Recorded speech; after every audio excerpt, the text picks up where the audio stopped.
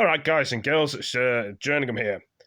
1 meter plus rules could be distract on June the 21st, says Boris, the Prime Minister of the UK. Scottish independence. All sides agreed that the matter had been settled in 2014 for a generation after the first referendum. Do you just keep holding them until you get your own way? Everybody accepted the result after 2014. You know, the evidence of that is Scotland is not independent, but support for independence in Scotland has continued to increase since 2014. It's now, I think most polls would tell us, the majority position in Scotland. And of course, the other point here is that things changed pretty dramatically after 2014. The Brexit referendum, whereby Scotland has been taken out of the EU against our will, really changed fundamentally the nature of the UK. And actually in 2014, one of the key arguments the No campaign made was that voting no was essential to protect our EU membership, and the opposite turned out to be true. If Brexit changed things, has the pandemic shifted sentiment again and blunted the argument for a referendum? Because actually, for many Scots, the priority is on sorting out the pandemic. Throughout the pandemic, we've actually seen support for independence in Scotland in opinion polls increase. The opinion polls show that actually the country's very, very divided on the matter of independence. You don't have a clear momentum for independence. It's very, very evenly split. Sure. It's not, well, actually, I think you cannot objectively come to the view that there has not been a marked increase in support for independence since 2014. There has been. I think the polling evidence suggests now a majority of Scots who want independence, but yes, there's a significant number who don't. And that comes back to this point. In a democracy, how do you settle that? You settle that by letting people decide.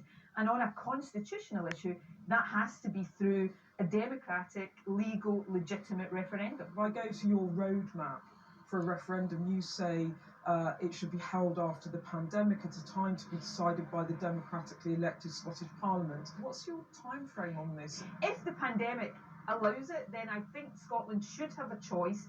And I've said if it allows it in the first half of the parliamentary term, that is, a 2.5-year period. Is the SNP a single issue party? No, and I don't think anybody that knows anything about Scottish politics could make that argument. We are a party that's social and economic, policy-wise, are a progressive party that is about building a better Scotland. We just think independence is a key part of that. But just to be clear, First Minister, a vote for the SNP in this election is a vote for independence, isn't it?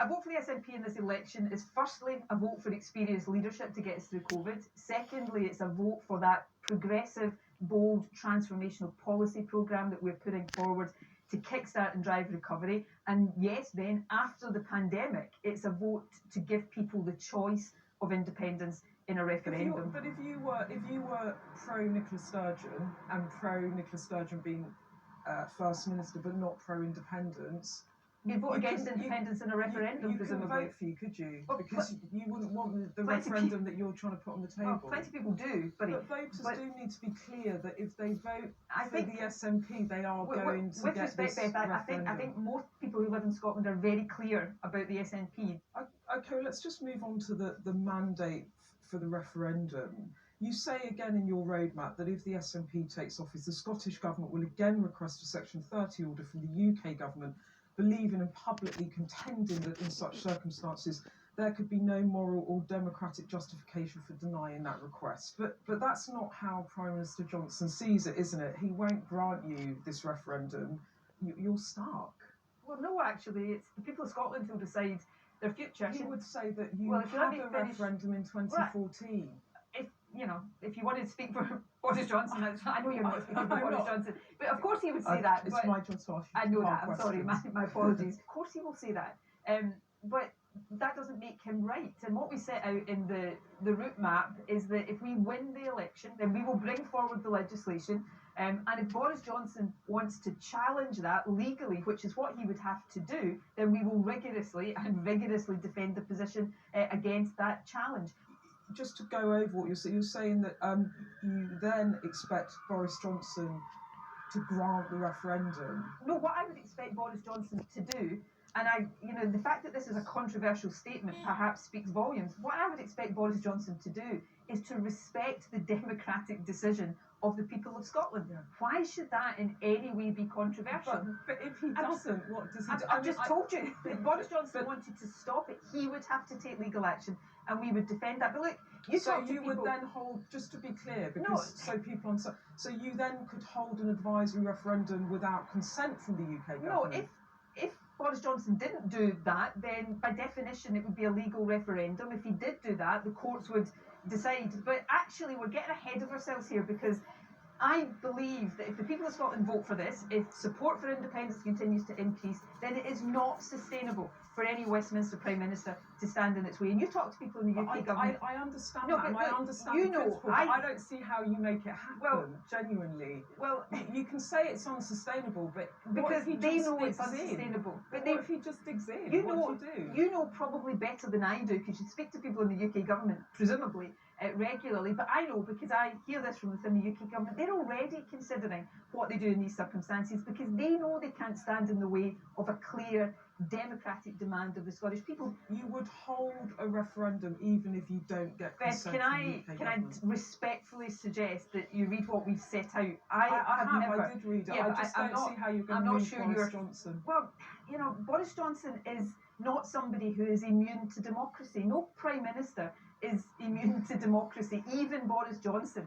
You know, this argument that people in Scotland can vote for that, they can demand a referendum, they can vote for the SNP over and over again, but somehow a Westminster Prime Minister can simply stand in its way, is not going to be sustainable. But it also, in the process, perhaps makes the biggest argument for independence that there is. Just fine.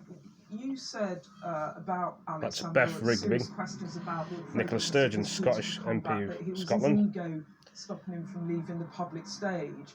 No, look, I trusted Alex Salmond for a long, long time, and I have Nicola found out things about Alex Salmond since then that have made me question not just my faith and trust in him, but his fitness for returning to public office. Would you work with Alex Salmond and Alba to get that referendum? I've got no plans or intention of working with But it Alba. does say another pro-independence that was party. written before that party was even in existence. Okay. So, you know, I've got no intentions of doing that. The polling would suggest... So you wouldn't work Alba, with him? But I've made my position clear, and the polling suggests it's a hypothetical question.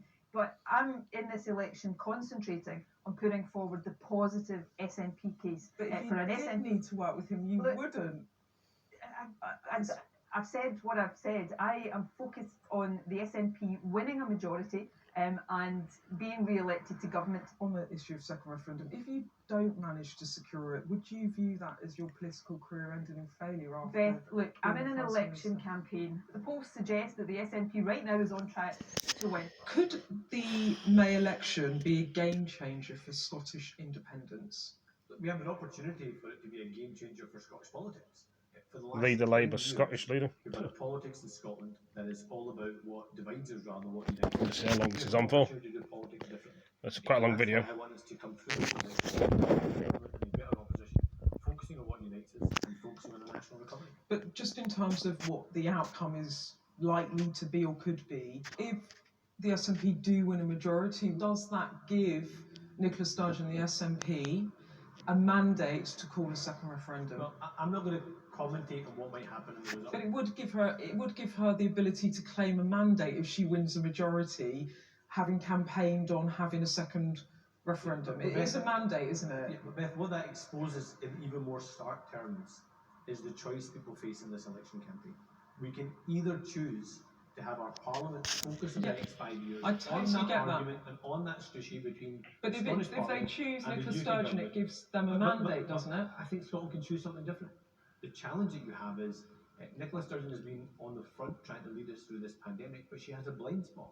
Her blind spot is the Constitution. She is honestly trying to tell people in Scotland that we come through this collective trauma of COVID and we just go back to I know, but I'm just asking you. I'm just asking you really basic. I get that, but I'm just asking you really basic. You're asking me about the game changer. I'm telling you what the game changer is. But I'm asking you a very basic question, which is: if Nicola Sturgeon campaigns on having a second referendum and they win a majority, she's got a mandate to do it. Look, it's her job to argue her own mandate. My job is to argue for what I believe. I don't believe independence or a referendum is the right thing for Scotland coming through this pandemic. Whether or not you think independence is a good or bad idea. Do you accept the principle that it is for the people of Scotland to decide that? Look, of course I accept the principle that it's for the people of Scotland to decide their future, and that's why they're voting in this election campaign. I don't believe the SNP is going to have a majority coming through this election campaign. I'm arguing for something different. I'm arguing for us to have, in your own words, a game changer. Let's change the frame of Scottish politics.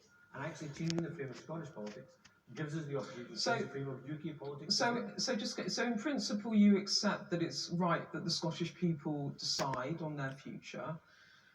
You're not really saying whether you think Nicola Sturgeon has a mandate or not for a second ref. You sound a bit like Jeremy Corbyn in the 2019 election talking about Brexit, where I have no idea what he thinks. I've got to say, I've never been accused of that before, so there is a first time for everything. What I'm saying is my position on independence in a referendum is clear. I don't support independence. I don't support referendum. I'm standing in this election to say, let's choose something different. If the SNP win a majority in Holyrood, they do or don't have That's a Beck mandate Rigby for again, referendum. and a guy there. I don't believe the SNP are going to win a majority. But if they do, in this election campaign, if they do, I am a participant. I'm not a spectator. but do you accept they have a mandate or not? It's easier for Why you to. won't you answer the It's question? easier for you to commentate on the election. I'm a participant. I want Scotland to choose something different. But why won't you answer the question? Which question? Whether or not SNP majority gives a mandate to call a second referendum. Because what I'm saying to people It's is, the most important issue. What I'm saying is, I'm going to argue for what I believe, and I don't believe independence or a referendum is right for Scotland. So you don't want it. I'm going to continue to argue for what I believe. But not wanting it is different from saying whether or not they have a mandate. Let people cast their votes on the 6th of May. So you're saying they don't have a mandate? Well, not a single vote's been cast yet in this election. But do you accept that if Nicola Sturgeon wins a majority, that the second referendum question is going to dominate Scottish politics for the next 5 years? That's the risk, isn't it? And that's what I'm saying directly to people in Scotland, is this is the risk we face in the next 5 years. We have a different choice. And the choice we have is we can have a strong opposition in this country, a better opposition in this country. But you're not a strong opposition. It doesn't have to be Douglas But Ross. Labour isn't part of the problem that Labour It doesn't hasn't have to been be. a strong opposition, that Labour has I let accept that. unionists down. The challenge is saying to people, if you agree with what I'm saying, if you like what I'm saying, if you want the game changer, Beth, the word that you used, I'm going to start using that more often in this campaign as well. If you want that game changer, then vote Labour in this election. How worried are you that on a 5-year time frame that Scotland will become an independent country? I think Scotland will choose something different. When you say Scotland will choose something different, do you mean in the Holyrood election, or do you mean in an independence referendum that they'll choose to stay in the I'm UK? talking about the choice that Scotland faces on the 6th of May. Isn't it wishful thinking to think that Nicola Sturgeon is not going to win a majority? No, not at all. I don't think anything is inevitable in this context. I know other politicians might want to think it's inevitable. I'm not really as arrogant as that to suggest that if something's inevitable, no one has yet cast their vote, and people can have a choice to choose something different in this election campaign. Douglas Ross, could the Holyrood election be a game She's changer going for a lot of for random Scottish people in this. independence? Well, clearly we've got two nationalist parties, be it Leader, Nicola Sturgeon's Scottish nationalists or Conservative, Alex Salmond's nationalists, who are seeking Ross to MP. dominate the whole of Scottish politics once again with another independence referendum. And what I'm saying and Scottish Conservatives are saying is we need to put that threat away. We need to get rid of that threat to allow us to focus on our recovery and rebuilding after COVID. Whether you think independence is a good idea or a bad idea, do you accept the principle that it's right for the Scottish people to decide that? Well, the Scottish people did decide that, of course, back in 2014. We were told then by Nicola Sturgeon and the SNP that referendum was the gold standard of referendums. They would abide by the result of the people of Scotland. More than 2 million Scots, 55%, said they wanted to remain part of the United Kingdom. If pro-independence parties win a majority in Holyrood, do you accept the principle that they should be able to hold another referendum, or do you just want to block it full stop? Well, as a Conservative and Unionist, I don't want another damaging, divisive independence referendum. Would Johnson government ever authorise a second independence referendum? Well, I've said Conservatives are against another independence referendum, but we know the threat of holding another independence referendum if the SNP win a majority. Now, Scottish Conservatives stopped them getting that majority in 2016. 5 years ago at that election, we more than doubled the But number of if MSPs. they do win a majority, it's a that's the game way to changer stop then, it. isn't it? But But if there is they a way- win a majority, it's a game changer, But there's isn't a it? way to stop that But majority. all the polling suggests that they are going to win a majority, Well, and it becomes the game changer. But the polling is very close. At the moment, the SNP only need 4 extra seats to get that majority to take us through another damaging, divisive independence referendum. But we can stop that, and the way we stopped it 5 years ago was people uniting behind the strongest pro-UK party, the Scottish Conservatives, by giving us their votes on the party list vote, stop that SNP majority and stop that damaging, divisive But you're independence acknowledging referendum. in that very answer that if the SNP win a majority, then there will be an argument they will have a right to push for that referendum, Well, because that's what they've been elected on. Well, people And people have given them the majority for it. So people absolutely have to understand that is the risk of voting SNP. Nicola Sturgeon is trying to say it's about the way she's handled this pandemic or about other policies she's bringing forward, but a vote for the SNP is a vote to divide our country again and hold another independence referendum to separate Scotland from the UK. How's Brexit changed things, though? I think many people see the uncertainty with Brexit and don't want to go through all that again with Scottish independence. Look at how difficult it was to come out of a union we'd been part of for 40 plus years rather than a union we're connected with for over 300 years. I was thinking of it rather on the basis that a Conservative government in Westminster took Scotland out of the European Union when Scottish voters wanted to remain in. That's quite hard for Scots to take, isn't it? But more than a Boris million. Johnson took them out of the EU when nearly 2-1 Scottish people did not want that to happen. But more than 1 million people in Scotland did vote to leave the European Union, and when we voted in 2016, we knew it was part of a UK franchise. 62% of Scottish people wanted to remain in the European Union. Do you not think that Nicola Sturgeon and the SNP have an argument to say that Scottish people are not being represented by this government? We knew in 2016 the votes taken in Scotland, England, Wales and Northern Ireland would be combined together for a UK result whether to leave or stay in the EU. But where I don't feel uncomfortable is just looking at our vaccination rollout here in Scotland and across the UK. No, but that is something that we have been able. Was a paradigm shift. But that is something we have been able to do as a result of Brexit. If the SNP do win a majority in Holyrood, what do you say to the Prime Minister about what you do next? Well, I'm not going to focus on that. I think there's a strong opportunity to stop that SNP majority by people coming behind the Scottish Conservatives, that tried and tested model that stopped an SNP majority 5 years ago, and then we can get rid of the question of another independence referendum and focus on our recovery. But you can only change the focus of Scottish politics away from a second referendum if the SNP are not the major party here and do not win Holyrood, and it looks like they are going to. So if it does happen, how does the Prime Minister of the United Kingdom try and stop a second referendum? Do you just say we're not doing it? Well, it's really hard to do that. I don't think you would expect me to concede an election before the votes have been cast, before they've been counted, and before we've seen an opportunity, again, as we did in 2016, for the Scottish Conservatives to stop that SNP majority. We can then focus on the other issues. You're not going to be able to stop it, though, are you? But people said that back in 2016. Remember, the SNP went into that election with a majority. And how important, then, is this election? I mean, it's massive, and I've said the future of our country is at stake. Is that crystal clear? That is the issue at stake at this election. When we can park that issue, when we can stop that SNP majority, then we can focus on recovery and all the other issues that most people in Scotland want their parliament to be focused on. Is the prospect of Scotland becoming independent, do you see it as a realistic possibility? Well, it worries me for my, I've got a 2-year-old boy. I want him to grow up in a Scotland and a UK that I did, and all the opportunities I had.